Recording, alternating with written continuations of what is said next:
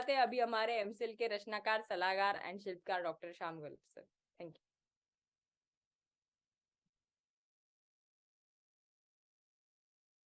Thank you madam.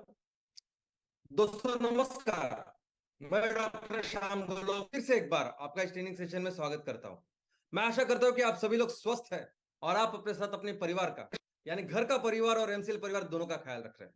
मैं ये भी उम्मीद करता हूं कि आप सभी लोग 1 घंटा बहुत अच्छी एक्सरसाइज कर रहे हो, अपने हार्ट अपने लंग को मजबूत कर रहे हो और अपनी इम्यूनिटी को बढ़ा रहे हो। तो चलिए शुरुआत करते हैं आज के इस सेशन के साथ। दोस्तों बहुत बार तो लोगों को पता ही नहीं होता कि वो गुलामी में जी रहे हैं। उनके आजू बाजू जो परिस्थिति होती है, उनके परिवार को जो व्यवस्था मिलनी चाहिए, उनको बच्चों को जो व्यवस्था मिलनी चाहिए, उनके माँ बाप को जो सुविधा मिलनी चाहिए वो नहीं होती। लेकिन उनको पता ही नहीं होता कि ये सब हो रहा है गुलामी की वजह से। अगर थोड़ी सी सूझबूझ जितनी भी उन्होंने पढ़ाई की है अगर उससे वो देखे तो उनको बिल्कुल समझ में आ जाए कि ये सब कुछ जो हो रहा है क्योंकि हम गुलामी में जी रहे हैं। जो चीजें बेसिक हमें चाहिए वो नहीं मिल रहे क्योंकि हम गुलामी में जी रहे हैं। लेकिन इसकी आदत पड़ जाती है और लोग फिर उसको ऐसे ही अडॉप्ट कर लेते कि यही सिस्टम है, बस इसके साथ ही मुझे अभी जीना है। और सालों साल फिर ऐसे ही कुछ लोग जीते रहते। लेकिन ये बात कुछ लोगों की नहीं होती, बहुत बार तो पूरा समाज, पूरी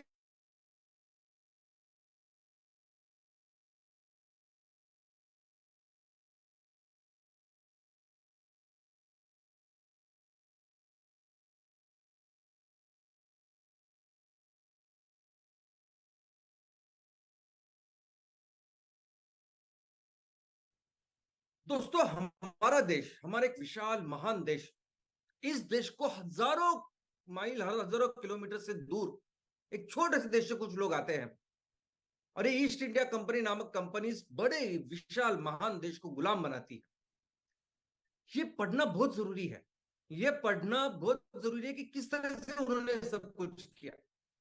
इससे बहुत कुछ ऐसे सबक सीख हमें मिलने वाली है, मिल सकती है। बहुत जरूरी है कि इसको पढ़ना। अभी हमारा भारत देश हमेशा दुनिया का बहुत अमीर ऐसा देश था। दुनिया के लिए 30% से 40% जो जीडीपी थी, जो संपत्ति थी, जो इनकम था, वो हमारा भारत देश बना रहा था। कोई भी देश यानी भारत देश सबसे अमीर था, उसका कारण था व्यापार। और वैसे ही आज भी अगर कोई भी देश बहुत ज्यादा अमीर है, वहां में रहने वाले लोग बहुत ज्यादा अमीर है, उनको बहुत ज्यादा इंफ्रास्ट्रक्चर अच्छा है, सोई सुविधाएं है, तो इसका एक ही कारण है, वो होता है बिजनेस। हजारों सालों तक भारत दुनिया की सबसे बड़ी इकोनॉमी था। इतना अमीर था कि जिसकी वजह से लोग भारत को सोने की चिड़िया कहते थे। और फिर इतने सारे इतने अमीर देश के साथ कुछ हमारा कुछ फायदा हो, इसकी कोशिश ऑलमोस्ट हर देश के हर लोग चाहते थे। कितने सारे लोग चाहते थे कि भारत के साथ कुछ व्यवहार करे, काम करे और इसका फायदा हमारे लिए हो। भारत में अगर आपको याद होगा तो एक एंशियंट रूट था दुनिया में जो चीन से निकल के भारत से होके यूरोप में जाता था, जिसे हम कहते हैं सिल्क रूट। अब ये सिल्क रूट बहुत इंपॉर्टेंट था कि जिसकी वजह से ये कम्युनिकेशन, बिजनेस, व्यापार, संस्कृतियों का आदान प्रदान हुआ। लेकिन बहुत जो रूट जिस बिजनेस के लिए जिसका इस्तेमाल किया जाता था वो था इंपोर्ट एक्सपोर्ट, सब कुछ उसके लिए सबसे ज्यादा इस्तेमाल करने वाला रूट था जलमार्ग। और दोस्तों आज भी सबसे ज्यादा इंपोर्ट एक्सपोर्ट जिस मार्ग से होता है वो जल मार्ग ही है। उस दिन भारत के तट पे जितने भी बंदरगाह थे, जितने भी पोर्ट थे, वो पूरी दुनिया में मशहूर थे। भारत के पूर्व तट ये कोरोमंडल तट करके पूरी दुनिया में मशहूर था। भारत का पश्चिमी तट ये मलबार तट करके पूरी दुनिया में मशहूर था। और ये दोनों ही तट सिर्फ और सिर्फ बिजनेस के लिए जाने जाते थे।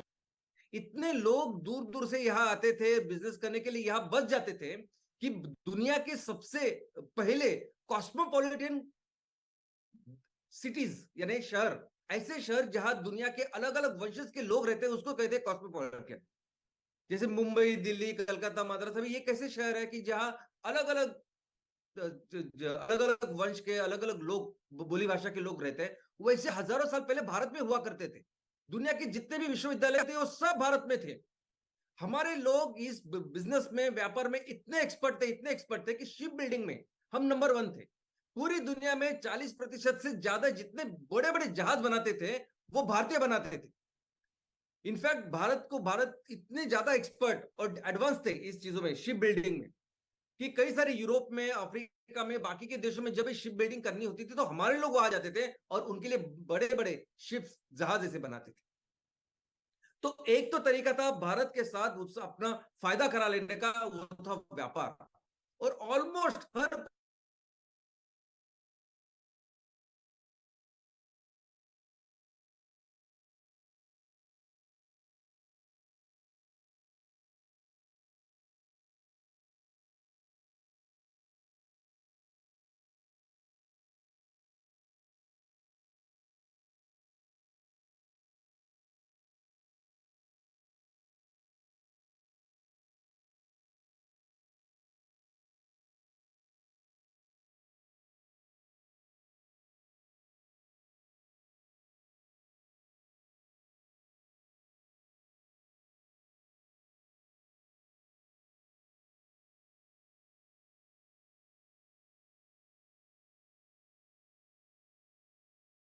Recording खैबर in और गोलन progress. खींड या पास, इससे नॉर्थ ईस्ट हमें पता है। नॉर्थ ईस्ट में हमारे 7 राज्य है, भूटान है, नेपाल है और पीछे उनके चीन है।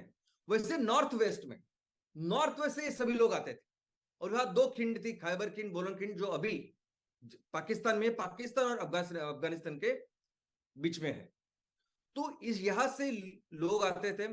पहले आए आर्यन, उसके बाद आए पर्शियन, उसके बाद सिकंदर आया, उसके बाद मंगोल आए, उसके बाद मुगल्स आए। बहुत सारे लोग तो यहाँ आए और यहाँ बस गए, जैसे हम जानते हैं। लेकिन बाकी के सभी लोगों ने फिर अपने खुद के फायदा, संपत्ति कैसे कर सकते हैं, कैसे इतना अमीर जो देश है उससे अपना फायदा कैसे उठा सकते हैं, उसका काम किया और चले गए। लेकिन अंग्रेजों ने क्या किया?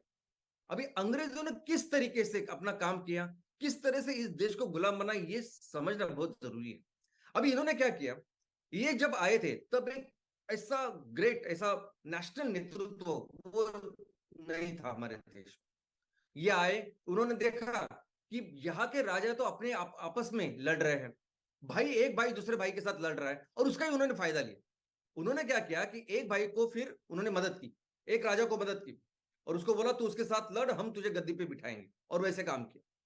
तो उन्होंने एक राजा, एक छोटे राजा की मदद करके उसको गद्दी पे बिठाया, या एक भाई को दूसरे भाई के खिलाफ मदद करके उसको गद्दी पे बिठाया, और बाद में उसे बोला कि अभी तेरे सिक्योरिटी का, इस राज्य के जो सिक्योरिटी का जो जिम्मेदारी वो हमारी होगी, हम उसकी सिक्योरिटी करेंगे, लेकिन बदले में आप हमें अपनी जो जमीन है उसकी लगान वसूल करने का हमें आप अनुमति दीजिए, परमिशन दीजिए। तो बस ये जो तख्त पे बैठा था, सिंहासन पे बैठा था, ये तो उनकी कठपुतली ही होता था। वैसे तो ये जो बोलते वो करते थे। तो वैसे हुआ, पर एक राज्य हुआ, दूसरा राज्य हुआ, तीसरा राज्य हुआ, और बाद में क्या करते थे, बाद में तो उनकी ताकत इतनी बढ़ गई कि राजाओं को वो बोलने लगे कि देखो आपके पास 2 ऑप्शन है, एक तो हम आपकी सिक्योरिटी सब संभाल लेते हैं, आप हमें ये पूरा जो है आपके जो खेती वगैरह होती है, जमीन जो है उसके लगान वसूल करने का आप हमें अधिकार दो, अगर नहीं तो आप हमसे युद्ध करो। और ये युद्ध, कोई राजा अगर नहीं मानता तो युद्ध करते थे। लेकिन युद्ध कैसे करते थे? तो युद्ध के लिए उनकी सेना में थोड़े से लोग सिर्फ अंग्रेज होते थे, बाकी के पूरे जो सैनिक, बाकी की पूरी जो सेना होती थी, वो जिनके साथ उन्होंने काम किया है, वो पूरे सेना, भारतीयों की सेना वो लेके उनके साथ लड़ते थे। यानी ये सिक्योरिटी के साथ जिसे उन्होंने शुरुआत करते थे, उसके बाद सब कुछ चीजें इनके हाथ में होता था, सब कंट्रोल इनके हाथ में होता था। वो सिर्फ बताने के लिए सिर्फ राजा, शहंशाह कोई तो वहां सिंहासन तक पे बैठा होता था, अदरवाइज पूरा राज्य का कंट्रोल इनके हाथ में होता था। और जैसे जैसे राजाओं के साथ उन्होंने काम किया, उनको पूरी सेना उनके अंडर हो गई, और उन्होंने इस तरह से अपने आप को आगे आगे बढ़ाया। और ये सब जब चल रहा था, तब जो कॉमन जनता थी, जो आम लोग थे, उनको पता ही नहीं था कि ये इस तरह से ऐसा सब हो रहा है। उनको वो राजा दिख रहा था, उनको वो ब्रिटिश भी दिख रहे थे, उनको लग रहा था कि ये सब ऐसी व्यवस्था है जिस व्यवस्था के साथ तो अभी हमें जीना होगा। इनफैक्ट अंग्रेजों ने क्या किया, अंग्रेजों ने ये पूरे सभी ऐसे निशाने मिटा दिए कि जिससे हमें पता चलता कि हम कितने महान थे। लोगों को, यहाँ की जनता को यह पता नहीं चलना चाहिए कि भारत कितना महान देश था, भारत कितना महान विशाल ऐसी इकोनॉमी थी और हम लोग आए थे भिखारी बन के, किसी को पता नहीं चलना चाहिए। ये अंग्रेजों ने इसके लिए सब कुछ जो चीज थे, जो ऐसी चीजें दर्शाती कि हमारा इतिहास दर्शाती कि हम किसके वंशज है ये दर्शाती, वो उन्होंने मिटा देने की कोशिश की। सब कुछ, यहां तक के किले, हमारे छत्रपति शिवाजी महाराज का रायगढ़ हो या कोई भी किले हो, अच्छे अच्छे मंदिर हो, सब उन्होंने वो तोड़ के रख दिया। इनफैक्ट उन्होंने सबसे बड़ा नुकसान जो हमारा किया इस सभी चीजों में, वो था हमारे ग्रंथालय। लाखों ऋषि मुनि, लाखों जो हमारे साइंटिस्ट थे, जिन्होंने हर सेक्टर में, हर विषय में इतना सारा नॉलेज तैयार करके रखा था। जैसे हम लोग आयुर्वेदा देखते हैं, वैसे हर सेक्टर में वो नॉलेज था, और वो सब कुछ जो लिखा हुआ था, वो सब हमारा नॉलेज, ज्ञान भंडार इन्होंने जला के खाक कर दिया। ऐसे कहा जाता है कि तक्षशिला की जो लाइब्रेरी थी, जो ग्रंथालय था, वो 3 महीने तक जल रहा था। ऐसे किया इन लोगों ने, ताकि लोगों को पता ही नहीं चले, लोगों को सिर्फ लगे कि ब्रिटिश है हमारे माए बाप है, बस उनकी वजह से हम लोग जी रहे हैं। ऐसा ही उन्होंने परसेप्शन पूरे भारत में तैयार किया। लेकिन दोस्तों, ऐसा नहीं है कि हर राजा आसानी से मानते थे। बहुत सारे राजा थे कि जो अपने लोगों के लिए, अपने देश के लिए बहुत ही एकनिष्ठ थे और उनसे मुकाबला भी करते थे। और ऐसे इनिशियल बहुत एक अच्छा एग्जांपल हमारे सामने है, वो है अलागुमुथु कोन, तमिलनाडु के वो एक राजा थे। और हम जिसे पहला स्वतंत्र युद्ध कहते हैं 1857, उसके 100 साल पहले ये लोग, ये राजा थे। और जब अंग्रेज ऐसा प्रपोजल लेके चले गए कि हम आपकी सिक्योरिटी संभालते हैं, आप हमें लगान वसूल करने का अधिकार दे दो, अगर नहीं आपको मंजूर तो आप हमसे युद्ध करो। इन राजा ने कहा कि मेरे जो लोग हैं, प्रजा, मैं इनको संभाल सकता हूं, मैं इनका ख्याल रख सकता हूं, आपकी जरूरत नहीं बिल्कुल, और कोई हक नहीं बनता आपको लगान वसूल करने की। और इन्होंने युद्ध किया और अंग्रेजों को बुरी तरह से हरा दिया, और ये अंग्रेज चले गए। उन्होंने सभी राजाओं की जो अपनी जो फौज थी, अपने ही भारतीय लोग, अपने ही इंडियंस, उनको ही जमा किया, उनकी ही बड़ी सेना की, और फिर से यहां आ गए। और इतनी बड़ी सेना थी जिसमें यूरोपियंस, उनके खुद के लोग बहुत कम थे, सब हमारे ही लोग थे। उनके साथ ही उन्होंने फिर बहुत बड़ा युद्ध किया और बाद में इनको हराया। अभी इनको जब हराया था, अब इनको तोफ के सामने मुंह पे बांध दिया था।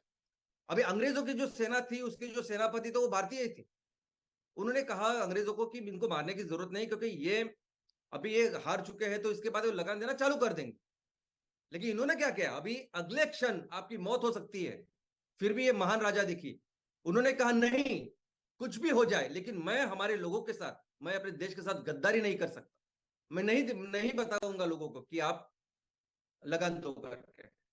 और फिर अगले क्षण उनकी मृत्यु हो गई। तो इतने महान ऐसे एग्जाम्पल हमारे इतिहास में थे। और दोस्तों, सिर्फ ऐसे राजा ही नहीं, बाद में बहुत सारे अलग अलग समाज से, अलग अलग सोसाइटी से, अलग अलग तरह के लोग थे, जिनको पता चल रहा था कि हमारा देश किस तरह से लूट रहा है, ब्रिटिश ईस्ट इंडिया किस तरह से उसको लूट रही है, कैसे ये बाहर के लोग हमारे ऊपर किस तरह से गुलामी कर रहे हैं।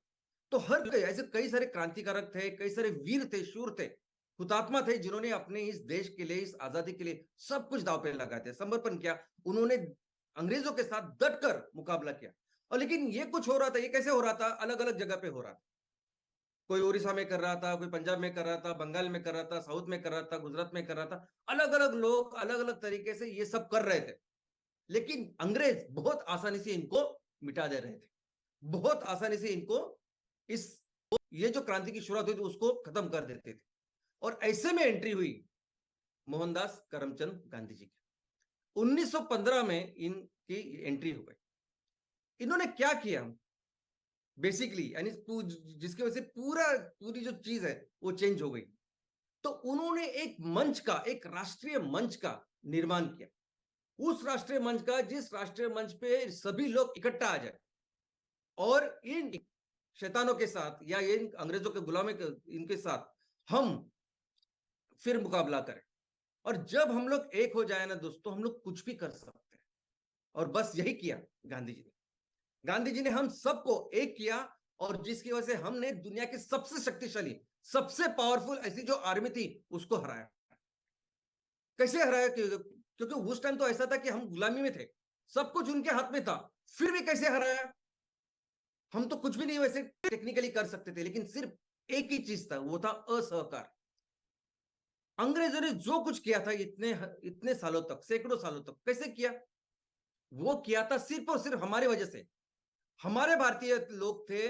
देखो, आप किसी राजा को हराने की बात हो, वही भी अपनी सेना लेके गए, जिस सेना में हम लोग ही ज्यादा थे। वहां से लेके अगर कोई जालियन वाला बाग हत्याकांड भी हुआ तो हमारे लोगों के ऊपर गोलियां बरसाने वाले भी हमारे ही लोग थे, ऑर्डर से दे रहे थे। उसके बाद अगर कोई क्रांतिकारी, कोई हुतात्मा, कोई स्वतंत्र सेनानी अगर कुछ कर रहा है तो उसको मिटा देने के लिए भी कौन लोग थे? हमारे ही लोग थे। हमारे लोगों की वजह से इन अंग्रेजों ने बाहर जाके भी दूसरे देशों को भी गुलाम बनाया। हमारे लोगों की वजह से, हमारे लोगों का उपयोग करके उन्होंने विश्व युद्ध 1, विश्व युद्ध 2 में हिस्सा लिया और वो काम किया जो किया करना था। ये सब कुछ हो रहा था हमारे लोगों की वजह से। और सिर्फ हम लोग अगर एक हो गए और सिर्फ बोले कि नहीं, तो कुछ नहीं करेंगे ना। क्या कर सकते हैं? क्या कर सकते हैं? अंग्रेज, ब्रिटिश या कोई भी कुछ नहीं कर पाए। उनके उनके सामने फिर कोई भी ऑप्शन नहीं था ये देश छोड़ने का। और ऑफ कोर्स जाते जाते उन्होंने जो किया वो किया, इस देश के टुकड़े किए, लेकिन वो हमने करके दिखाया।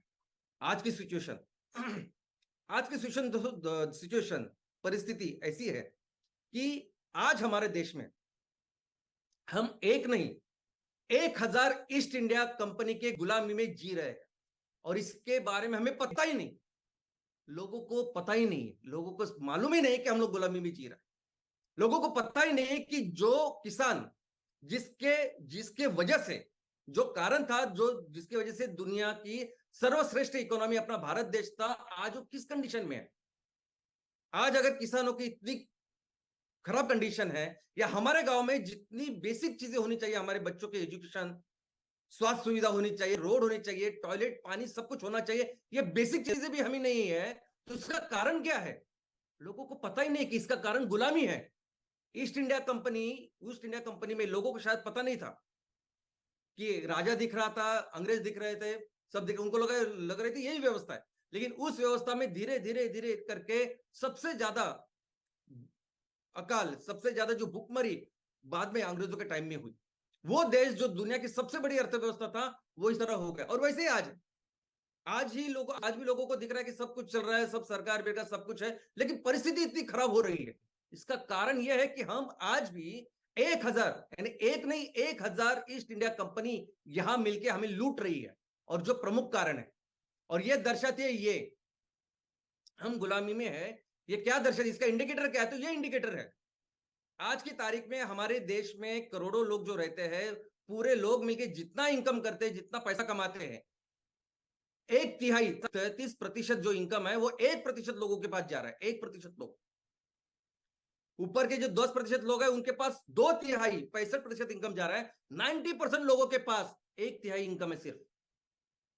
50% जो लोग यहाँ रहते हैं नीचे वाले, उनके 6% भी इनकम नहीं उनके पास।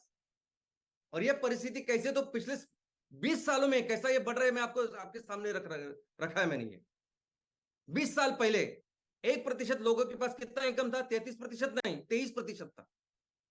पहले 10% लोग थे, उनके पास कितना इनकम जा रहा था? तो 55% जा रहा था। अभी 65 है। और जो नीचे वाले जो 50% लोग थे, उनके पास कितना इनकम जाता था? 8.3। आज कितना जा रहा है? 5.9। तो ये जो धीरे धीरे धीरे धीरे करके जो हमारी लूट हो रही है, इसका कारण ही है कि हम लोग गुलामी में है। ईस्ट इंडिया कंपनी वर्जन 2 भी 1000। आज की तारीख में अगर आप संपत्ति देखोगे तो संपत्ति क्या है?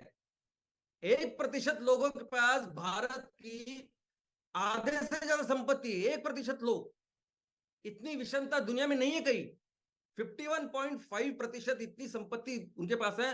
60% नीचे वाले जो लोग हैं उनके पास 5% भी संपत्ति नहीं है। सालों साल जिंदगी भर मेहनत करते, लेकिन खुद का घर नहीं हो रहा है। हमारा जो पर कैपिटा इनकम है ना दोस्तों, प्रति व्यक्ति भारत का जो इनकम है, भले ही पूरा भारत मिलकर हम 5वीं अर्थव्यवस्था है, लेकिन प्रति व्यक्ति जो हमारा इनकम है वो दुनिया का जो एवरेज है उससे 6 गुना कम है। दुनिया का एवरेज 6 गुना ज्यादा है हमारा, हमसे। पूरी दुनिया में जितने लोग रहते हैं मिलके जितना इनकम तैयार करते हैं, वो होता है दुनिया का एवरेज। वो एवरेज हमसे 6 गुना ज्यादा है। और सबसे सबसे दुर्भाग्य की बात यह है कि ये लोग, जो लोग या जो देश आज दुनिया के विकसित ऐसे राष्ट्र है जिनका इनकम बहुत ज्यादा है, डेवलप्ड कंट्रीज है, उनके पास रिसोर्सेज कितने आप देखिए।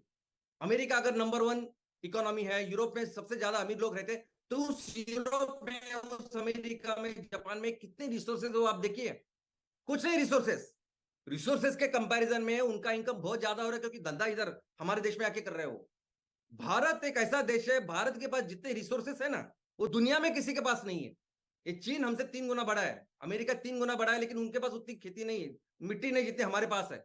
ये हिमालय किसके पास नहीं है, ये नदियां जिन्होंने सुजलाम सुफलाम हमें बनाया है, वो किसी के पास नहीं है। यानी अगर रिसोर्सेज देखोगे ना, तो हमारी हैसियत है कि हम सब महल में रहने चाहिए, और अभी झोपड़ी में रह रहे, ऐसी परिस्थिति है। और ये पर कैपिटा इनकम, 1% लोगों का जो इनकम है ना दोस्तों, 1.5 करोड़ है। और वो 1.5 करोड़ यानी जो अमीर जो देश है उनसे भी ज्यादा है, बहुत ज्यादा। 1% भी हो गए तो वो कितने हो गए, 1,42,00,000।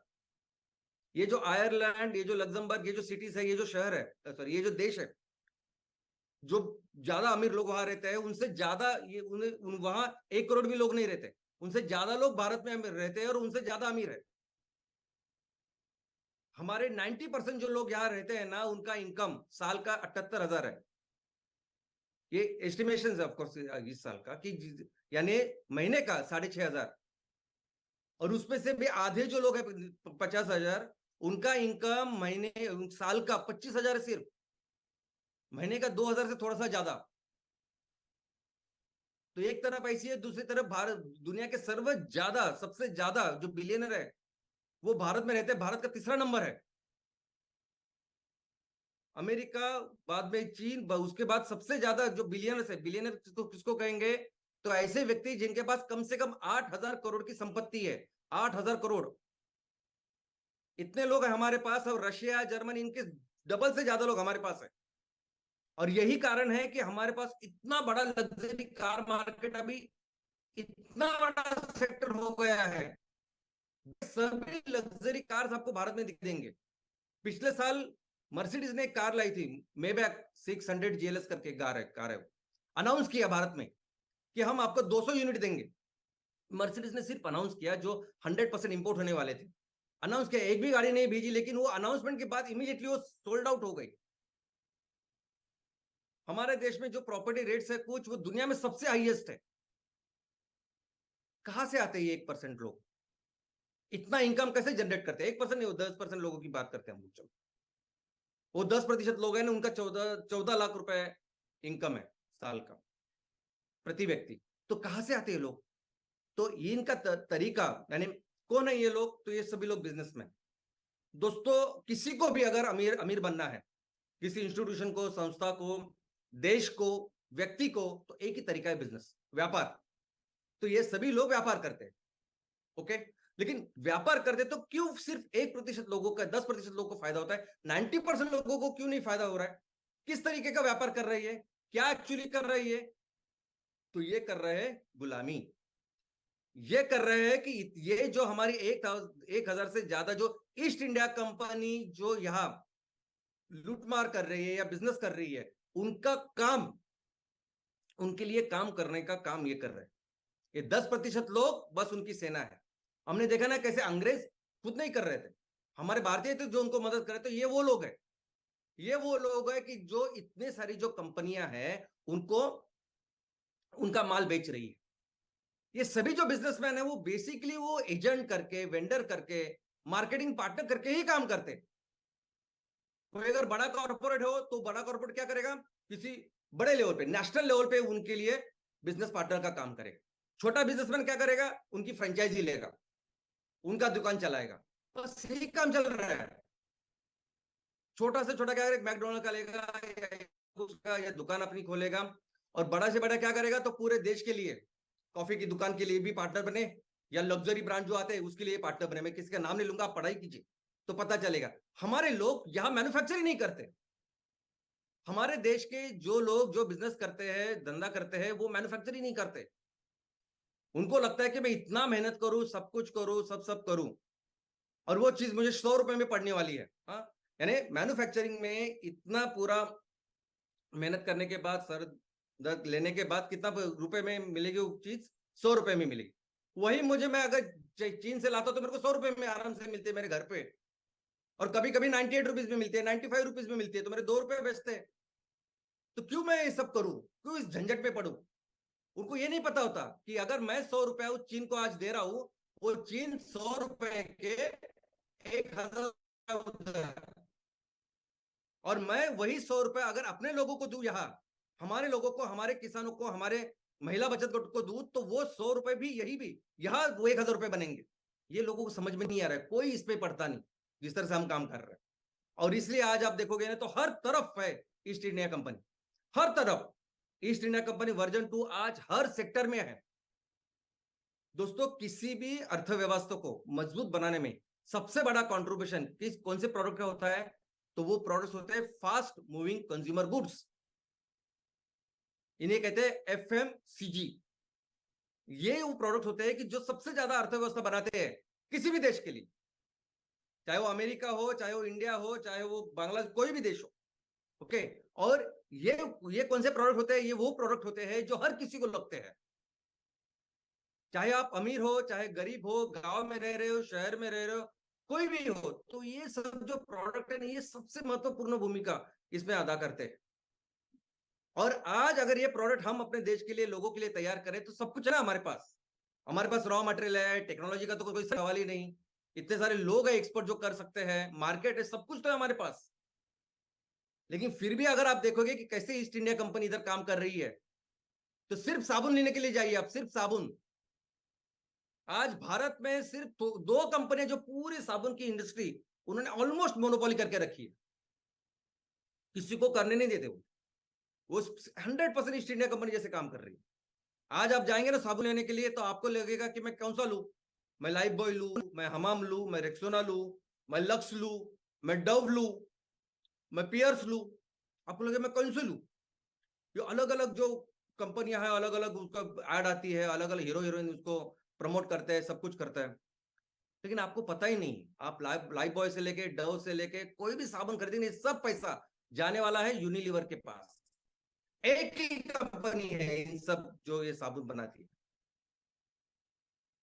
इन काम करने का इसका तरीका ऐसा है ना कि ये इतने अलग अलग प्रोडक्ट बनाती है। आपको लगेगा मैं हार्पिक लूं कि लाइजॉल लूं, मैं ये प्रोडक्ट लूं, वो प्रोडक्ट, लेकिन ये सभी कुछ जो, और वो प्रमोट भी ऐसी करती है ना, हार्पिक बेचने के लिए कोई दूसरा हीरो रहेगा, लाइजॉल बेचने के लिए कोई दूसरा हीरो रहेगा, वैनिश के लिए और कोई हीरो रहेगा। और ये सभी लोग अलग अलग तरीके से उनकी एड आती है, अलग अलग तरह के प्रमोशन होता है, ये सब कुछ ऐसे करते हैं।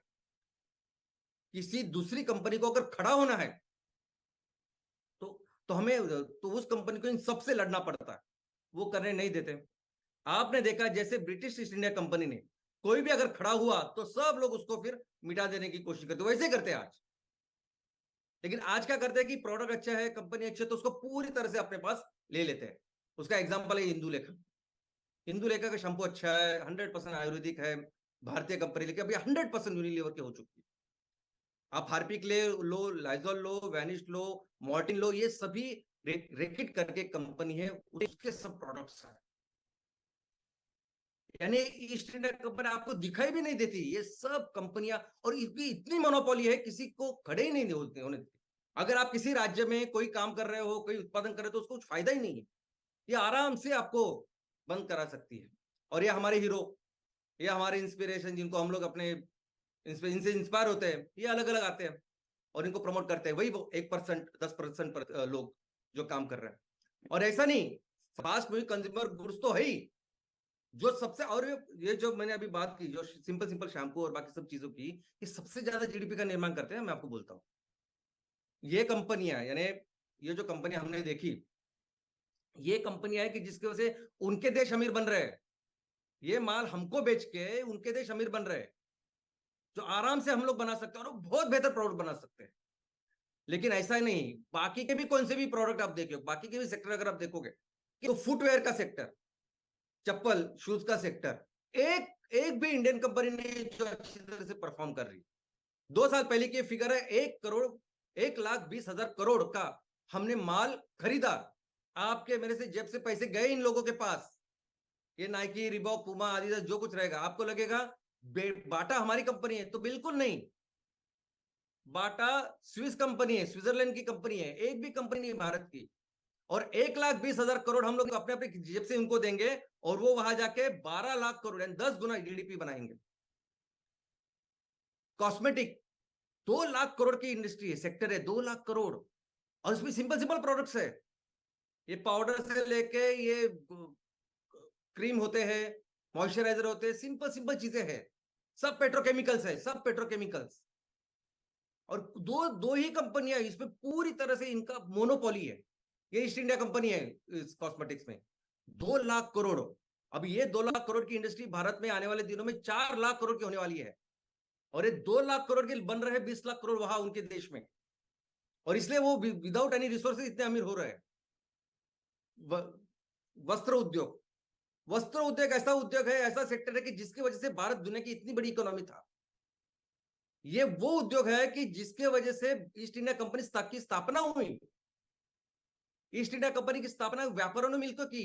ब्रिटेन में जो व्यापारी रह रहे थे उन्होंने एक मिलकर एक एसोसिएशन स्थापन किया।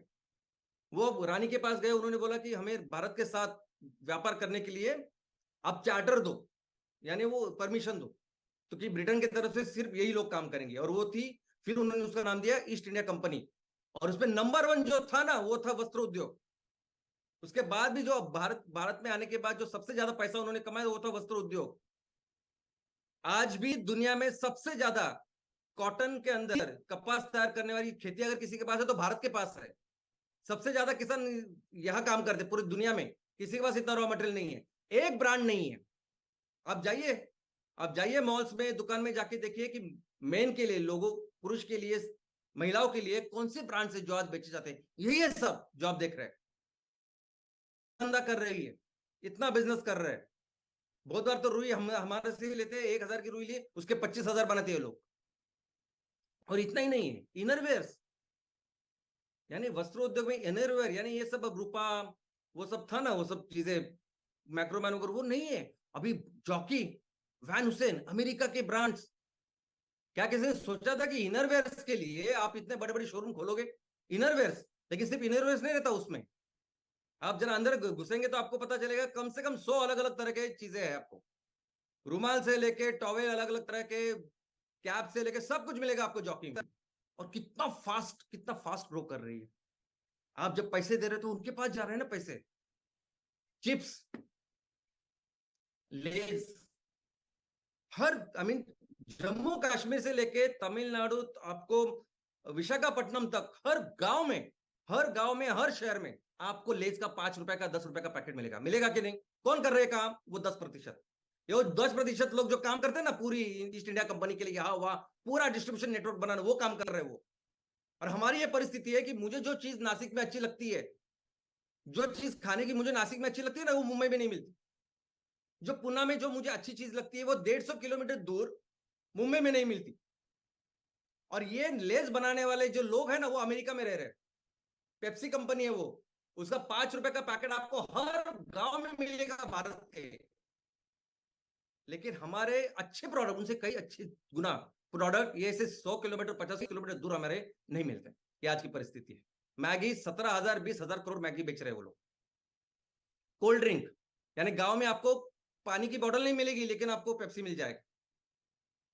इतना डिस्ट्रीब्यूशन हर जगह मिलेगा आपको। और ये जो बाकी के माजा वीजा, ये जो ब्रांड है ना, जिसको सेल करने के लिए बहुत बड़े बड़े एक्टर्स आते हैं करने के लिए, ये सब उनकी कंपनियां है। कोक और पेप्सी, ये दोनों ही ईस्ट इंडिया कंपनी है जो इसमें काम कर रही है। किसी को काम करने ही नहीं देती, कोई कर ही नहीं सकता, इस तरह का उनका काम है। मोबाइल फोन्स, चीन हमसे सबसे बड़ा, देखो आप सबको पता है, हम सबको पता है, सबसे ज्यादा कुरापति अगर कोई कर रहा है, दुश्मनी अगर कर रहा है भारत के साथ आज की तारीख में, तो वो चीन है। लेकिन मोबाइल फोन्स, दुनिया में सबसे ज्यादा मोबाइल फोन का यूज भारत में हो रहा है, सबसे ज्यादा कस्टमर भारत में है। नेट में तो हम लोग है ही, लेकिन मोबाइल फोन्स में। और इसमें हमारे देश में आज की तारीख में 73% जो फोन बेचे जा रहे हैं वो चीन बेच रहा है। चीन, ये जियोमी, ओप्पो, विवो, रियलमी, ये सब कुछ चीन के फोन है। इस और एक कंपनी, एक कॉर्पोरेट भी नहीं, एक बड़ी कॉर्पोरेट, बड़ी कोई कंपनी जो 5,000, 10,000, 15,000 रुपए का फोन तैयार करे और वो बेचे, कोई एक कंपनी नहीं है। फर्नीचर, फर्नीचर भी आप देखोगे तो किस तरह के फर्नीचर आ रहे हैं आज, सब पेट्रोकेमिकल के फर्नीचर। आईके जैसी कंपनी आ रही है और इतने को हमारे को, और ये फर्नीचर कैसे, तो आप इस्तेमाल करने के बाद फेंक देंगे तो ये पूरी बुरी तरह से पर्यावरण का हानि करेंगे, नुकसान करेंगे ऐसे फर्नीचर। और वो कैसे आते हैं, तो बॉक्स में आते हैं। आपने सोफा ऑर्डर किया, आपने बेड ऑर्डर किया, फिर भी एक बड़ा बॉक्स आएगा, उसके साथ 2-3 लोग आएंगे, वो खोलेंगे उसको और स्क्रू सही बराबर फटाफट फटाफट वो आपको सोफा तैयार करके देंगे, बेड तैयार करके देंगे। इस तरह के फर्नीचर है ये, और जो इस्तेमाल करने के बाद पूरी तरह से डैमेज करते हैं एनवायरनमेंट। और अगर आपको लगता है कि मैं सिर्फ बड़े बड़े ब्रांड्स की बात कर रहा हूं, तो आज हमारी परिस्थिति ऐसे, इतनी बुरी तरह से गुलामी में हम लोग गए। किसी माल और दुकान की बात नहीं, लेकिन किसी भी मंडी में किसी भी छोटे से दुकानदार से लेकर रास्ते पे भी आज जो माल बेचा जा रहा है वो चाइना से आ रहा है। चाइना हमें माल बेच रहा है, छोटी छोटी चीजें। दिवाली के हमारे जो दिए हैं ना, वो भी चाइना से आते हैं आजकल, 5 रुपए के। ऐसी परिस्थिति हमारी। अभी अगले हफ्ते राखी है, 6,000 करोड़ की ट्रेडिंग होती है। 6,000 करोड़ का जो माल बेचा जाता है, उसमें से 4,000 करोड़ यानी 2/3, 4,000 करोड़ की राखियां सिर्फ चीन बेचता है हमको। और हम उसको, आप मैं सब लोग मिलके वो 4,000 करोड़ रुपए किसको दे रहे हैं, चीन को दे रहे हैं। और वो चीन वहां 4,000 करोड़ के 40,000 करोड़ बना रहा है। फेस्टिवल यानी कोई भी आपका फेस्टिवल हो, कोई भी उत्सव हो, ईद हो, क्रिसमस हो, दिवाली हो, कोई भी हो, और ये सब जो आप ला रहे हैं ना, ये सभी चीजें चीन मेड होती है, सभी चीज चाइना से आती है। पहले ऐसा हुआ करता था, 20-25 साल पहले मैंने देखा था धारावी में इतनी सारी चीजें बन रही है, छोटे छोटे लोग अपना इलेक्ट्रिकल कुछ बना रहे हैं। अभी 25 साल पहले सब, तो कुछ भी ऐसा नहीं ना कोई बनाता है। मैंने देखा, मैंने बताया आपको, लोग जाना ही नहीं चाहते उस मैन्युफैक्चरिंग में। सब कुछ चीजें आज चाइना से आ रही है। और इतना ही नहीं, छोटे छोटे छोटे छोटे वेंडर जो खड़े रह के कुछ माल बेचने की कोशिश करते हैं, अपना पेट पाल रहे हैं आज, वो भी चीन का माल बेच रहे हैं आज। ये रोड सिग्नल पे ये जो गुब्बारे आप देख रहे हैं, ये चीन से आते हैं गुब्बारे भी। इतना तो छोड़िए, ये जो भिखारी है जो सिग्नल पे रोड पे आपको दिखाई देते हैं, आजकल बहुत सारे शहरों में भिखारियों को मना है, तो उन्होंने अलग तरकीब ढूंढ के निकाली है। वो कुछ ना कुछ प्रोडक्ट लेके खड़े होते हैं ताकि कोई फिर उसको तकलीफ, उनको तकलीफ ना दे। वो भिखारी आज जो प्रोडक्ट लेके खड़े होते हैं वो भी चीन से आते हैं। आज ऐसी परिस्थिति हमारी है। और दोस्तों, जो भी हम स्पेंड कर रहे हैं, चाहे हम आप मैं मिलके 100 रुपए 50 रुपए खर्च करें, या कोई अमीर वहां जाए मॉल में जाके वहां 1,000-2,000 रुपए खर्च करे, ये सब पैसा आज बाहर जा रहा है। इस सब पैसों से, हमारे पैसों से उनकी इकोनॉमी बन रही है। हम हेल्प कर रहे हैं उनकी इकोनॉमी को ग्रो करने के लिए।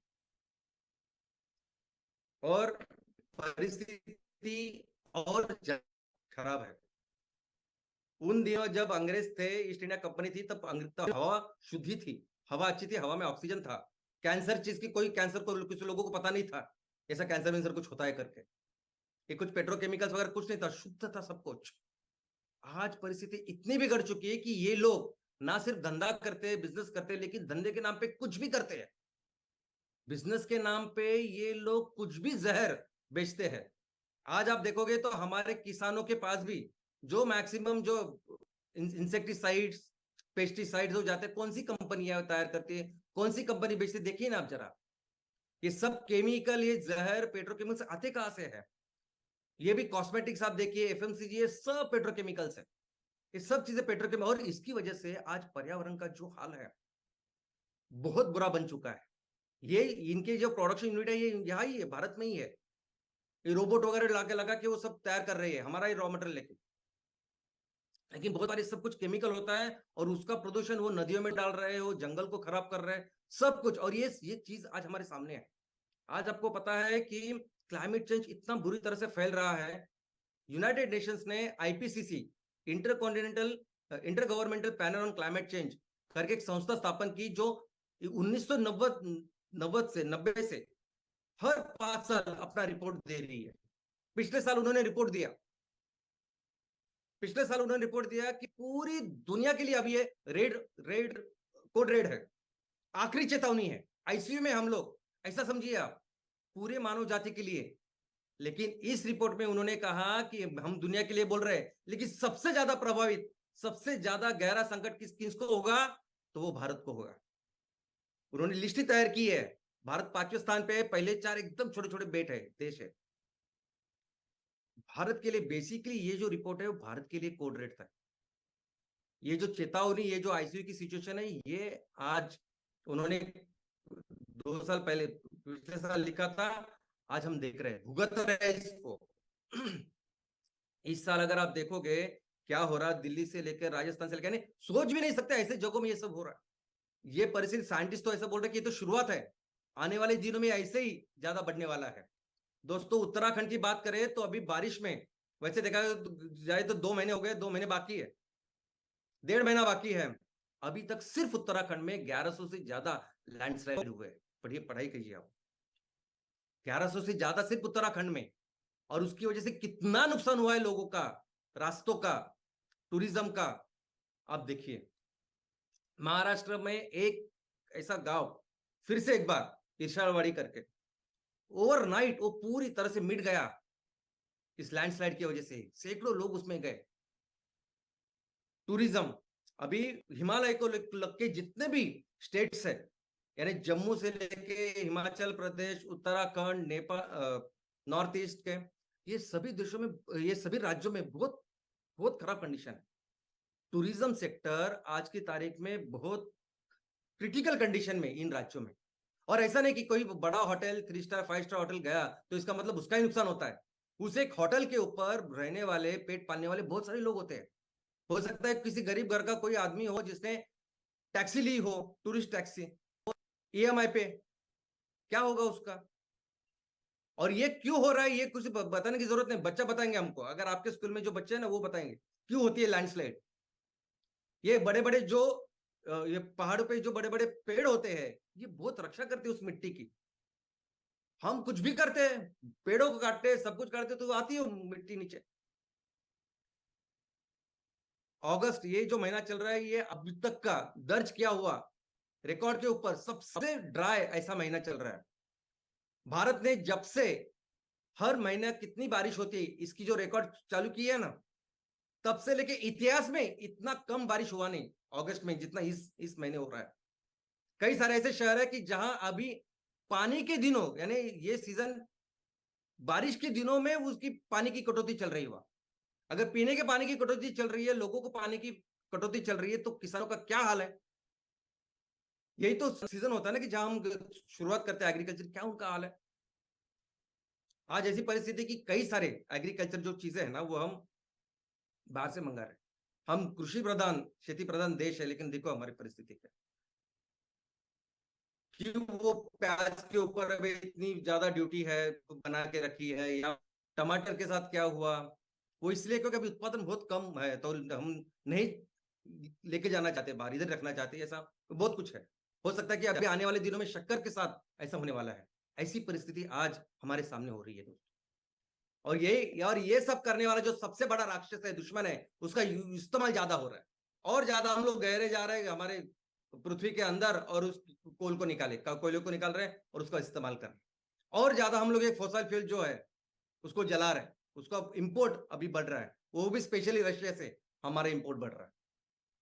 और ऐसे परिस्थिति में हमारा रोल क्या है जरा समझिए। आप मैं मिलके हम लोग क्या कर रहे हैं, किसके लिए खड़े, ये जरा समझिए दोस्तों। हमारा रोल, ये जो हमारे स्वतंत्र सेनानी थे, हमारे जिन्होंने बलिदान किया, ऐसे क्रांतिकारी थे, इन सबसे यानी उतना ही रोल है हमारा। ये व्यवसाय का निर्माण जो हम लोग कर रहे हैं, जो कुछ काम हम लोग करो, एक्चुअली हम लोग वो काम कर रहे हैं। हमारा जो काम, यानी उससे भी मुझे लगता है कि ज्यादा जिम्मेदारी आज हमारे पास है, क्योंकि हमें सिर्फ अपने मुल्क को इससे आजाद नहीं कराना है, लेकिन इस पृथ्वी की, इस हमारी धरती माँ की भी उसका ख्याल रखना है। और कोई नहीं ऐसा काम कर रहा है। कोई, हम एकमेव आशा, हमारे ऊपर ही जिम्मेदारी, ऐसा समझिए आप। दूसरा कोई ऐसा नहीं सोच रहा है कि हमारे लोगों को क्या चाहिए वो प्रोडक्ट बनाते। कोई ऐसा नहीं सोच रहा है कि आज की परिस्थिति ऐसी है तो कौन सा काम करना चाहिए, चलो वो काम करते। लोगों को पहला रख के, इस दुनिया को पहला रख के, पर्यावरण को पहला रख के, दुनिया की कोई ऑर्गेनाइजेशन काम नहीं कर रही। बिजनेस में एनजीओ काम करते रहेंगी, लेकिन वो आपको पता है बिजनेस में ऐसे अपने लोगों के लिए इस तरीके से प्रोडक्ट को इस तरीके से रखने वाली, काम करने वाले हम एकमेव लोग हैं। हम एकमेव लोग हैं जो हमारे अभी गांव के, तहसील के किसानों के लिए काम करने वाले। और दोस्तों इस सभी जो प्रॉब्लम है ना, ये सभी 1000 से ज्यादा ईस्ट इंडिया कंपनी है और हमारे किसान, ये सभी जो एनवायरनमेंट का प्रॉब्लम है, ये सभी जो प्रॉब्लम, सभी जो इश्यू आपके सामने है ना, उसका एक ही हल है, एक ही सॉल्यूशन है, वो है अपने तहसील की, आपकी ये एमसीएल सस्टेनेबिलिटी स्टार्टअप। आपकी तहसील की जो कंपनी है ना, ये एक में हर चीज का सॉल्यूशन है। अगर आपके गांव में, आपके शहरों में अगर अपराध बढ़ रहे हैं तो उसका भी सॉल्यूशन ये है। एजुकेशन, अगर स्वास्थ्य का प्रॉब्लम है तो उसका भी सॉल्यूशन ये है। हर चीज का सॉल्यूशन ये कंपनी है तहसील की। आपको, हम, मुझे, सबको दिन रात अभी सिर्फ एक चीज के ऊपर काम करना है। और वो काम क्या है? तो वो काम है कि हमें अपने हर तहसील की कंपनी को आगे के 3 साल में 10,000 करोड़ की कंपनी बनानी है। उसको आईपीओ में, उसको हमारे Bombay stock exchange, national stock exchange में इसको लिस्ट करानी है और 10,000 करोड़ की कंपनी वैल्यूएशन बनानी है। उसको 10 करोड़ के आपके 10 करोड़ शेयर है, 1 रुपए के शेयर है, 1 रुपए का वैल्यूएशन के शेयर 1,000 रुपए का करना है। कैसे करेंगे? तो उसके लिए हमें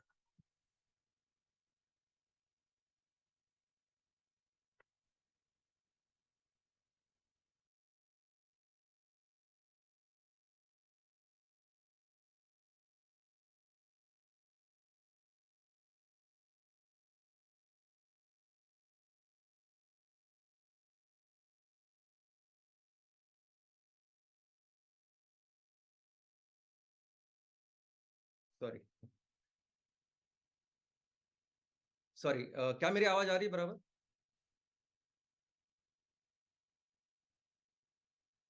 आज हमारे तहसीलों में ऑलरेडी 5,000 करोड़ की इकोनॉमी का निर्माण हो रहा है, जीडीपी का निर्माण हो रहा है, वस्तु वस्तु बेची जा रही है। और हमें क्या करना है? तो हमें सिर्फ उस 5,000 करोड़ में से 600 से लेकर 800 करोड़ का माल बेचना है। आप समझ रहे? ऑलरेडी 5,000 करोड़ का वस्तु और सेवा बेची जा रही है, जबकि वो 30,000 करोड़ होनी चाहिए। लेकिन आज जो हो रहा है उसमें से सिर्फ 600 से लेकर 800 करोड़, इतना वैल्यूएशन, इतना रेवेन्यू साल का हमें निर्माण करना, बस यही काम करना है। और इसी के लिए क्या करना होगा? इसीलिए कि वही काम करना होगा जो जो गांधी जी ने किया अपने देश के लिए, और वो था असहकार। असहकार। आपको से हमें सिर्फ एक ही प्रिंसिपल्स के ऊपर काम करना है। और वो प्रिंसिपल क्या रहेगा? कि हमारे गांव में, हमारे तहसील में, हमारे शहरों में जो भी माल बेचा जाएगा, वो कंपलसरी हमारे लोग जो तैयार करेंगे, बस वही होगा। नहीं बेचेंगे। नेस कैफे का 1 रुपए के साशे, 2 रुपए के साशे, आपको लगेगा कि नहीं, ये तो क्या, 1 रुपए 2 रुपए से क्या फर्क पड़ेगा? लेकिन उसी 1 रुपए से, 2 रुपए से वो नेस्ले 250 लाख करोड़ की, नहीं, 25 लाख करोड़ की कंपनी वो आज। हमारे यहां भी अच्छी अच्छी कॉफी है ना, साउथ में है, हम तैयार करेंगे। हम देखेंगे कि कोई भी मैगी का जो नूडल्स है, कोई भी मैगी है, कोई बेचने की जरूरत नहीं। उससे बहुत बेहतर, बहुत बेहतर प्रोडक्ट हमारे देश में तैयार होते हैं, हमारे लोग तैयार करते हैं, हम वो बेचेंगे। और ऐसा नहीं कि हर राज्य में, हर गांव में अलग अलग प्रोडक्ट्स होंगे, नहीं। पूरे देश, राष्ट्रीय लेवल पे एक राष्ट्रीय मंच होगा ये एमसीएल का। और उधर जो गिने चुने जो प्रोडक्ट है 15-20 हर क्षेत्र के, वही हम लोग तैयार करेंगे। सभी लोग वही तैयार करेंगे, हमारी महिला बचत गट वही तैयार करेंगे, और फिर कंपटीशन देंगे। और ये प्रोडक्ट इतने बेहतर होंगे कि ये प्रोडक्ट हम यही नहीं, कोई भी कस्टमर, कोई भी अगर उनको लेगा, उसको इस्तेमाल करेगा, तो उसको पता चलेगा कितने अच्छे हैं। ये उस योगा जैसे होंगे। आज योगा को पूरे दुनिया में सर्वोत्तम ऐसे एक्सरसाइज करके माना जाता है। हर कोई योगा तैयार करता है, योगा ज्वाइन कर रहा है, अमेरिका से लेके, यूरोप से लेके, पाकिस्तान, हर जगह पे वैसे हमारे प्रोडक्ट होंगे। ये जो मैगी होगा ना, मैगी के देश में जाके हमारा मैगी जाएगा, उधर नूडल जाएंगे। और वो इतना सुंदर और इतना ऑर्गेनिक अच्छा रहेगा, हेल्दी रहेगा, कि लोग हमारा प्रोडक्ट लेंगे। बस यही काम करना है हमें। हमारे प्रोडक्ट सर्वोत्तम है, हमें सिर्फ जरूरत है एक मंच की, और वो मंच है ये एमसीएल। इस मंच के ऊपर हमें अपने तहसील के ऊपर एक फोकस करना है कि आगे के 3 साल में हमें अपने कंपनी में सभी तरह का माल, हो सकता है वो सिर्फ रुमाल हो, सॉक्स हो, ऑफकोर्स बायोफुल्स तो है, लेकिन सब तरह के प्रोडक्ट्स हमें जल्द से जल्द करने हैं। और इस प्रोसेस में क्या होगा? इस प्रोसेस में कम से कम 20,000 लोगों को आप रोजगार देंगे। इस प्रोसेस में आज हमारे गांव में जितने भी परिवार है, उनके बहुत अच्छा इनकम आप देंगे। जो भी इनकम हम तैयार करेंगे, उससे 10 गुना जीडीपी का निर्माण हमारे इस तहसील में होगा। जो सब प्रॉब्लम है, इससे सॉल्व होंगे। दोस्तों, हमें एक सिर्फ प्लेटफॉर्म का निर्माण करना है, जो प्लेटफॉर्म इस हमारे पर्यावरण की रक्षा करें, जो प्लेटफॉर्म जो हमारे लोगों के लिए हो, और बाद में आएगा प्रॉफिट प्रोडक्ट्स। बस ये प्लेटफॉर्म जो मंच किसानों ने, जो गांधी जी ने तैयार किया, बस वैसे ही हमें वो तैयार करना पड़ेगा और देखना पड़ेगा कि कोई भी कंपनी, कोई भी पेट्रोकेमिकल या कोई भी ऐसा प्रोडक्ट जो हमारे पर्यावरण को खत्म कर या नुकसान पहुंचा रहा है, वो हम नहीं होने देंगे। हर कोई चीज जो होगी, जो तैयार होगी, जो बेची जाएगी, वो सिर्फ और सिर्फ हमारे लोग तैयार करेंगे, वही हम बेचेंगे। और एमसीएल के बिजनेस जो हो गए, एमसीएल के बिजनेस हमेशा लोगों के लिए होंगे, लोग ही इनको करेंगे और हमेशा लोग ही इसको चलाएंगे। जो भी बिजनेस हम करेंगे, जो भी फायदा हमारा होगा, हम लोगों को ही देंगे। जिस तरह के आधुनिक हमारे पूर्वजों ने काम किया, हमारे प्राचीन भारत में हो रहा था, बस वैसे ही करेंगे हम काम। और उसके बाद सेकंड फेज आएगा। एक बात देखो, हम सबको अभी ना रात दिन काम करके आपकी कंपनी को आईपीओ तक पहुंचाना है, दिन रात बस आप वही काम कीजिए। लोग डॉक्टर बनने के लिए 6-6 साल पढ़ाई करते, लोग एंट्रेंस एग्जाम के लिए 2-2 3-3 साल पढ़ाई करते, हमें सिर्फ इतना मान काम करना है। और एक बार आपने वो आईपीओ किया तो दूसरा फेज चालू हो जाएगा। और दूसरा फेज क्या होगा? फिर दूसरा फेज वो होगा कि जिसमें हमारे फिर तहसील में एक एक एक इंच में भी अगर खेती है तो उसका कैसे हम लोग फायदा कर सकते हैं, कैसे किसानों को 2 पैसे देते हैं, तो उसका 100% पोटेंशियल पे जाएंगे हम। फिर हर ग्राम पंचायत में एमसीएनजी, एमकोल प्रोजेक्ट हो, या जितना ज्यादा ऑर्गेनिक फूड तैयार करना हो वो करेंगे, एमएसपी प्रोडक्ट्स तैयार करेंगे। जितना ज्यादा पोटेंशियल हमारे गांव का है, तहसील का है, खेती का है, लोगों का है, वो करेंगे। और फिर जाएंगे और देखो, ये फिर आपकी कंपनी, इतना पोटेंशियल है हमारे गांव में, हमारे तहसीलों में, कि एक एक कंपनी आपकी कम से कम 50,000, 60,000, 70,000 करोड़ की कंपनी बनेगी। और इसको फिर जितना समय लगेगा उतना लगेगा। पहले आपको 10,000 करोड़ की कंपनी करनी है और बाद में वो करना है। और बाद में इस फेज में होगा वो देश तैयार होगा कि जो देश आज बाहर से 85% ऑयल, क्रूड ऑयल मंगा रहा है, वो देश दुनिया के लिए 30% ईंधन और ऊर्जा बनाएगा। वो देश ऑर्गेनिक फार्मिंग में, ऑर्गेनिक फर्टिलाइजर में 100% निर्यातदार होगा। और तब वो वैसे ही हम लोग उसी लेवल तक जाएंगे जिस लेवल पे हम हैसियत रखते हैं। और दोस्तों, ये कैसे होगा, क्या होगा, क्या प्रोडक्ट तैयार करेंगे, क्या बेचेंगे, कैसे शुरुआत करेंगे, इसकी बिल्कुल आप चिंता मत करिए, मैं लेता हूं इसकी जिम्मेदारी। आपके तहसील की कंपनी आईपीओ तक लेके जाने की जिम्मेदारी मेरी है। मैं बताता हूं आपको क्या करना है। बस आप इसी सिंसियरिटी के साथ, बस आप इतनी लगन के साथ, डेडिकेशन के साथ, समर्पण के साथ बस एक काम कीजिए, अपने लोगों का ख्याल कीजिए। हम लोग जैसे बोलेंगे वैसा आप सिर्फ काम करिए। बस मिलके मिलके हम ना कि सिर्फ हमारे देश को इस ईस्ट इंडिया कंपनी वर्जन 2 के हजारों कंपनियों से हम लोग आजाद करेंगे, लेकिन हम अपने देश को दुनिया की सबसे बड़ी अर्थव्यवस्था बनाएंगे, सबसे बड़ी, जो हम आसानी से बन सकते हैं। और दोस्तों, जब हम एक हो जाए ना, हम कुछ भी कर सकते हैं, कुछ भी। लोगों ने कभी सोचा भी नहीं होगा ऐसा काम हमने कल करके दिखाया, और हमेशा किया हमने। दोस्तों, प्राचीन भारत में जो ऐसे कुछ चीजें हमने बनाई है ना, जो आज भी with modern science, modern technology, modern सब कुछ आप करके दिखाइए, नहीं कोई कर सकता। जब अंग्रेजों के गुलाम थे तब भी हम लोगों ने ऐसे काम किए ना जो कोई सोच भी नहीं सकता। माननीय अब्दुल कलाम सर जी ने भी किया, और कल भी हमने वो काम करके दिखाया। अभी अमेरिका, यूरोप, ये सब, ये तो डेवलप्ड नेशंस है, कितने सालों से अभी भी गए ने उस जगह पे जहां हम लोग गए कल। हम कुछ भी कर सकते हैं। अगर ये काम कर सकते हैं तो वो काम जो मैं बोल रहा हूं, वह तो हमने हमेशा किया है। 90% ऑफ द टाइम हम दुनिया की सबसे बड़े अर्थव्यवस्था थे।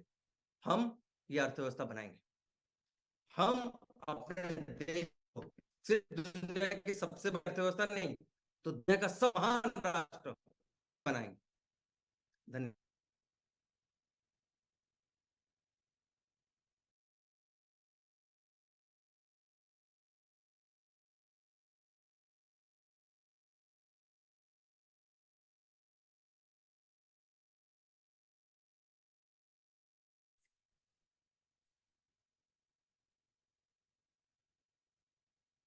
So good morning MCL India परिवार। शायद लास्ट सेकंड में श्याम सर का टेक्निकल ये हुआ। सो क्या सुना आपने, क्या कह रहे थे श्याम सर आज? उनके स्टार्टिंग से लेकर एंड तक जो उनका कन्विक्शन था, वो कन्विक्शन हमें क्या बता रहा था? वो कन्विक्शन हमें किस रेवोल्यूशन की बात समझा रहा था? और वो कन्विक्शन 2023 में भारत को कहां ले जाने की बात कर रहा था और उसमें हम क्या कर सकते हैं बताने की क्या बात कर रहा था। जी हाँ, गुड मॉर्निंग एमसीएल इंडिया परिवार, और एक शुक्रवार शाम से का ट्रेनिंग वेबिनार, और अगर ध्यान से सुना होगा तो ये था हमारी सोच पे एक जोरदार प्रहार। क्या था इंडिपेंडेंस डे, प्री इंडिपेंडेंस इरा में हम लोग रिबेलियन थे against repressive states and violence, जो हमारी आदत छिन गई इसके लिए। इंडिया दैट इज भारत एक अलग लड़ाई लड़ रहा था, और वही इंडिया दैट इज भारत को अभी MCL India that is MCL Bharat बनने का मौका आ गया है। जी हाँ, MCL that is MCL Bharat. हमें अभी हर एक को सोचना पड़ेगा और खुद को डिक्लेयर करना पड़ेगा कि I am one man MCL army. बाजू वाला बदलेगा, दूसरा बदलेगा, तब हम बदलेंगे, ये सोच से कुछ नहीं होगा। हमें खुद को बदलना पड़ेगा। And I am one man MCL army, I am one man MCL army. ये 2023 या इस सदी में भारत के लिए सही घोषणा होगी। आज हम पढ़े लिखे अज्ञानी हैं, आज हम आंखें होकर अंधे हैं। श्याम सर बार बार टॉर्च लेके बता रहे हैं क्या दिखना चाहिए, हमारे आंखों पे क्या पट्टी बांधी जा रही है। पहले हम अलग अलग राज्यों में विभाजित थे, एकता का अभाव था। आज एक संघ राज्य है, फिर भी हम आंखों के अंधे से बंद के घूम रहे हैं। वो नहीं चलेगा। सोचिए ईस्ट इंडिया कंपनी वर्जन 2 क्या कर रही है। जी हाँ, श्याम सर हमें बार बार ये समझा रहे हैं, बिरसा मुंडा से लेकर भगत सिंह तक सारे युवाओं को जागना पड़ेगा, इनको आदर्श मान के, और इस देश के लिए खड़ा रहना पड़ेगा। यही आज का थॉट है और यही आज की समझ है। और इस समझ में एक नएपन की जोड़, जैसे आज पाचन ने बताया वेगन फुटवेयर का जो एक आइडिया था, इसने सोच की भी जरूरत है। सोचिएगा सोचिएगा सोचिएगा। एमसीएल किसी व्यवसाय की नहीं, एमसीएल भारत के प्रति, इस देश के प्रति एक सोच का नाम है। और यही आज का श्याम सर का संदेश है जो क्लियर है। So thank you all the BDS, prime BDS, senior BDS, channel partners, MPOs, MBS, MSS for attending this session. जी हाँ, मैं बरशान से कहूंगा हम सबको इस देश की मिट्टी का वास्ता है, और MCL ही याद रखिएगा, भारत का रास्ता है। जय हिंद, जय MCL। Thank you very much, Dr. Lavesh sir, and thank you very much, Prachi madam. दोस्तों, आप सभी लोगों को मैं याद दिला दूं कि चैट बॉक्स में जो लिंक आप लोगों को शेयर की गई है, उस लिंक के ऊपर जाकर आपका फीडबैक हमारे साथ शेयर करना न भूलिएगा। दोस्तों, इसी हफ्ते हमारा चंद्रयान 3 साउथ पोल पर उतरा, जहां पर आज तक किसी ने कदम नहीं रखे। हमारा यान वहां तक पहुंच गया और इसकी मैं आप सभी को बधाइयां देता हूं। दोस्तों, यही ताकत है, और इसी ताकत के बारे में आज हमें श्याम सर ने बताया। जो काम आज हमने करके दिखाया, दुनिया की कोई ताकत आज ये कर नहीं पाई है, लेकिन अगर ये हम कर रहे हैं तो इसके पहले पूर्वजों ने हमारे जो किया था, जो हमारी ताकत थी, वो तो हम डेफिनेटली कर सकते हैं। और दोस्तों, वही बात आज के इस सेमिनार से, आज के इस वेबिनार से श्याम सर ने हमारे सामने रखी है कि दुनिया की नंबर 1 की अर्थव्यवस्था बनने की जो हमारी क्षमता है, उसी क्षमता को फिर एक बार हम इस दुनिया के सामने लेकर आएंगे। दोस्तों, जी हाँ, हर तहसील में अगर हमें एक कंपनी जिसका निर्माण करना है, जिसे हमें पीएससी या एनएससी में अगर इनलिस्टिंग अगर करना है, तो दोस्तों इसकी शुरुआत अब हो चुकी है, और वही ताकत हम लेकर जाएंगे और हमारे देश को, हमारे भारत देश को फिर एक बार सुजलाम सुफलाम बनाएंगे। और ये रास्ता हमें दिखाने के लिए मैं तहे दिल से आप सभी की ओर से, संपूर्ण एमसीएल परिवार की ओर से डॉक्टर श्याम घोलप सर का यहाँ पर शुक्रिया अदा करता हूँ। धन्यवाद, thank you very much sir. दोस्तों, मैं शुक्रिया अदा करना चाहूंगा हमारे सभी सारे कंसल्टेंट, हमारे सारे प्राइम बीडीए, हमारे सारे बीडीए, सीनियर बीडीए, हमारे सारे एमएसएस, एमवीपी और हमारे सभी स्टेक होल्डर्स। जी हाँ दोस्तों, हमारे परिवार का सभी हिस्सा, इन सभी का मैं तहे दिल से शुक्रिया अदा करना चाहूंगा। और दोस्तों, साथ ही साथ मैं ये आप लोगों से कहना चाहूंगा कि दोस्तों, इसी के साथ आप सभी अपना और अपने संपूर्ण एमसीएल परिवार की सेहत का ख्याल रखिएगा, क्योंकि अब एक नया भारत बनने की ओर हम बढ़ रहे हैं। तो चलिए दोस्तों, फिर एक बार मिलेंगे अगले शुक्रवार। तब तक के लिए मैं आपका होस्ट मंगेश शेलारी घोषित करता हूं कि आज का ये वेबिनार यहीं पर समाप्त हुआ। धन्यवाद।